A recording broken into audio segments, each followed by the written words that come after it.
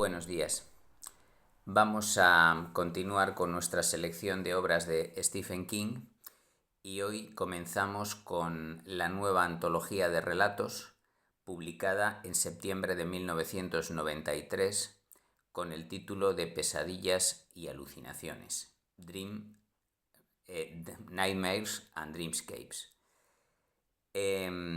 Esto da lugar a un pequeño salto. Recordemos que había comentado otra antología de 4 relatos largos, Las 4 después de medianoche, publicada en 1990, y por lo tanto he dejado sin comentar las 4 obras escritas a principios de esta década. Antes de entrar en ello, hay que mencionar que en 1990, el año en que publicó Las 4 después de medianoche, Stephen King da por superado su problema de adicción a las drogas y al alcohol, como ha reconocido en alguna ocasión. Por lo tanto, estas obras ya son escritas sin haber sufrido el influjo de dichas sustancias. No veo que haya influido negativamente en su obra el estar o no enganchado a la cocaína. Es decir, en la época de que sufría la adicción, publicó obras de alto nivel y de un nivel más bajo, como también pasaría cuando ya quedó desenganchado. Es cierto que la mayoría de novelas publicadas importantes, destacadas, corresponden a antes de 1990, pero yo lo veo más a un caso de que ya en su juventud literaria había publicado casi todo lo destacado que se le ocurrió. A medida que un escritor envejece, sobre todo si es tan prolífico, pierde un poco la originalidad. Así que, por supuesto que la adicción afectó mucho a su salud y a sus relaciones familiares y por eso tuvo que dejarlo, pero no veo que hubiera cambios en su línea profesional. De hecho, las 4 primeras novelas, las 4 obras publicadas a principios de los 90 no son especialmente destacadas. Una es el tercer volumen de La Torre Oscura, marzo del 91. Otra es la voluminosa novela La Tienda, Needful Things, del mes de octubre de ese año. Y en 1992 publicó las 2 primeras obras de su inacabada trilogía del eclipse. 3 novelas que tienen un eclipse solar como ambientación. Una es El juego de Gerald, mayo de 1992, que destaca específicamente por utilizar el argumento del cuarto cerrado, escenario único, personaje único. El argumento reconozco que es original, una mujer que mantiene relaciones sadomasoquistas en el sentido de que permite que su marido la espose a la cama y va él y se muere y ella queda esposada a la cama en una casa aislada de todo. Es un argumento inquietante que recuerda mucho a cuando quedan Donna y su hijo atrapados en aquel coche en la novela Cujo, pero enseguida esta situación no termina de mejorar. Es decir, la novela, si bien se lee con interés, no llega a la calidad de la mayoría de las suyas y por eso, solo por el argumento, no merece ser tan destacada. En cambio, debo citar la de noviembre del 92 como ejemplo de una novela original en cuanto a la forma, pero un poco aburrida en cuanto al fondo, pero que en cambio sí que fue ampliamente superada por su adaptación cinematográfica. Me refiero a Dolores Claiborne. Dolores Claiborne es una asistenta de hogar de hogar y de ancianos, que la acusan de haber asesinado a la mujer mayor que estaba cuidando. En toda la novela es el relato en primera persona, en forma de monólogo o diálogo, pero solo se oye los pensamientos y palabras de ella, mejor dicho, las palabras de ella, durante el interrogatorio al que es sometida.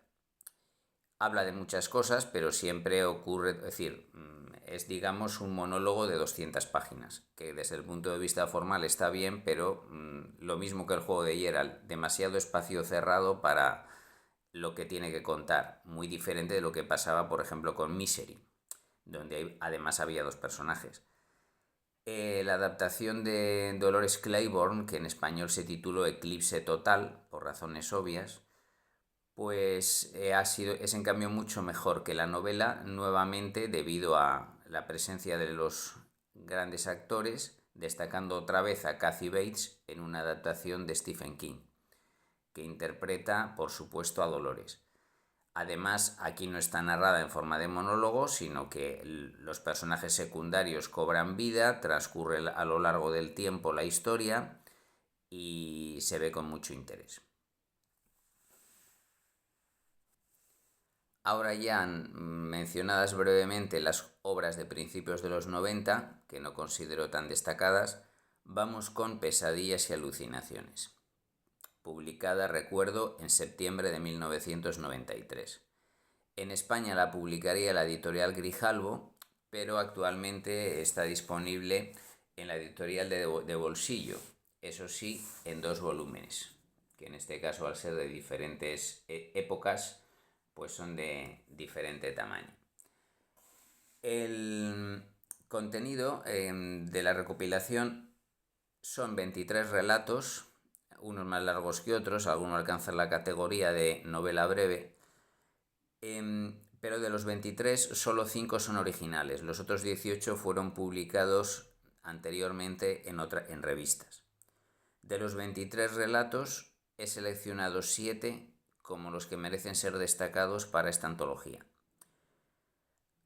Eso sí, antes menciono la importancia de la introducción que King realiza en la obra, en el que reconoce que el mundo de lo sobrenatural, para creer en ello, o para el relato fantástico, hace falta un grado de credulidad que él tenía mucho de niño, cuando se creía todo publicado por la revista Ripley, por los libros para niños y adolescentes, Ripley's Believe or Not, algo así como Esto es increíble o Todo es increíble, que contaban historias completamente absurdas como si fueran auténticas y él se lo creía. Y ya irónicamente dice que fue tan crédulo que incluso votó por Richard Nixon en las elecciones presidenciales de 1968. Recordemos que Nixon había prometido sacar a Estados Unidos de la guerra de Vietnam y lo haría, pero 5 años más tarde. Y también reconoce en esta introducción Stephen King su gusto por las narraciones largas. Por eso ya he mencionado varias veces que la mayoría de sus novelas son excesivamente extensas. Pero, si bien reconoce que las novelas son extensas, recuerda que también ha escrito muchos relatos, como estoy mostrando en este canal. Eso sí, dice que los relatos ya publicados ha reeditado los que considera mejores y ya no le quedan más editados previamente dignos de recopilarse. Por lo tanto, esta, según él, será la última antología en que reeditará algo publicado hasta esta fecha, es decir, hasta 1993. En la siguiente antología, que ya la coloca en el siglo XXI, pues solo habrá relatos publicados después de 1993, si bien habrá alguna excepción. En alguna de las varias antologías que aún quedan por analizarse, colocará algún relato incluso de los años 70, pero son excepciones. La mayoría de relatos escritos por King antes del 93, que él considera destacables, ya han sido editadas en Pesadillas y alucinaciones, Esqueleto un Creb y El umbral de la noche. Y analizada la introducción, pues vamos ya con el primero de los relatos que destacaría yo de esta antología. Se titula El Cadillac de Dolan, Dolan's Cadillac. Es un relato bastante largo, 71 páginas, puede entrar en la categoría de novela corta y se publicó originalmente en una revista de edición limitada por parte del mundo editorial de Stephen King. Es decir, es una colaboración, estaba dirigida, la revista Castle Rock, que se publicaba mensualmente por editores del entorno de Stephen King y colaboraciones de lectores y aficionados suyos. A veces pues King publicaba cosas allí y entre ellos pues esta novela que se publicó en forma de serial, es decir, en 4 partes entre febrero y junio de 1985. Era la época en que había publicado la antología Skeleton Crew, por ejemplo. Y el argumento bueno, más que el argumento, el tema del relato es la venganza. De hecho, empieza con una cita del conocido refrán, proverbio más bien, español. La venganza es un plato que se toma frío. Porque el argumento es de un profesor, maestro de primaria mejor dicho, que espera 7 años para vengarse del hombre que asesinó a su esposa, el mafioso Jimmy Dolan. Por estas circunstancias casuales de la vida, la esposa del maestro Robinson había sido testigo de un asesinato de la mafia y por eso Dolan había decidido eliminarla. Así que para que no testificara. Entonces, para vengar a su esposa, el maestro Robinson decide tender a Dolan una original emboscada cuando se viaja en su Cadillac desde Las Vegas a Los Ángeles. El relato, aquí lo dejo de momento, ya digo, no voy a contar todo, pero ahora quien no lo haya leído tendrá que ponerse a ello porque haré menciones al final en el resto del comentario. El relato en sí tiene un homenaje muy claro al tonel de Amontillado, el relato de Edgar Allan Poe de 1846, en que por una venganza personal, además de poca categoría, el protagonista empareda a la víctima en una bodega de vino. Aquí lo que hace Robinson es cavar una zanja en la carretera, desviar el vehículo de Dolan para que caiga y quede atrapado y enterrado, efectivamente. Lo entierra después, con Cadillac y todo, en el fondo del desierto. Y antes de llegar a ese final, eso sí, bastante previsible, lo más destacado del relato es el contraste, aparte de la frialdad, organización y paciencia que tiene Robinson para vengarse, el contraste entre el humilde maestro y el millonario mafioso. La forma de vida que tienen los dos y cómo, a pesar de su escasez de medios y de las medidas de seguridad y prevención que tiene Dolan, consigue que esta venganza tan elaborada salga bien. Todo el relato está contado en primera persona por Robinson, así entendemos mejor al personaje. Y solo concluir pues con la nota explicativa que King ofrece en algunos de los relatos de cómo se inspira y cómo lo escribió. Dice que la inspiración le vino pues cuando vio circulando un Cadillac color verde en una zona de obras. De ahí el plan de aprovechar las obras para cavar una zanja, etcétera, etcétera.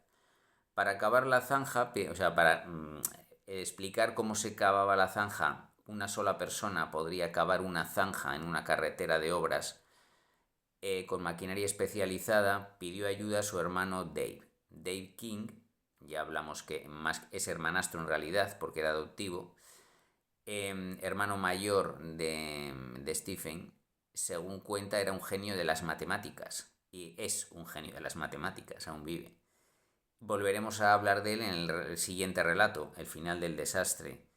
Por lo tanto, sabe mucho de ciencias físicas y matemáticas. De hecho, fue tan realista su propuesta de cómo diseñar la trampa que Stephen tuvo que ocultar algunos detalles para evitar que un lector demasiado ávido lo reprodujera en la vida real. Y solo concluyo mencionando la adaptación, iba a decir cinematográfica, pero es videográfica. En 2009 15 años después de publicarse el test, bueno, de publicarse en forma de antología. En la revista fue nada menos que 24 años antes. En 2009, Jeff Beasley, director bastante desconocido, dirigió una adaptación que fue directamente al mercado de DVD. Eso sí, los protagonistas son actores reconocidos. Wes Bentley como el maestro Robinson. Wes Bentley es, por ejemplo, el joven protagonista de American Beauty. Y Christian Slater, bastante conocido desde que hizo El nombre de la rosa, interpreta al mafioso Dolan. Nada más que comentar de este relato extenso, y en el de mañana, bueno, en el siguiente, volveremos a hacer mención de Dave King, porque es uno de los inspiradores de los personajes, mejor dicho, es el inspirador de uno de los personajes de El final del desastre, segundo relato destacado de la antología. Así que muchas gracias por escucharme y hasta pronto.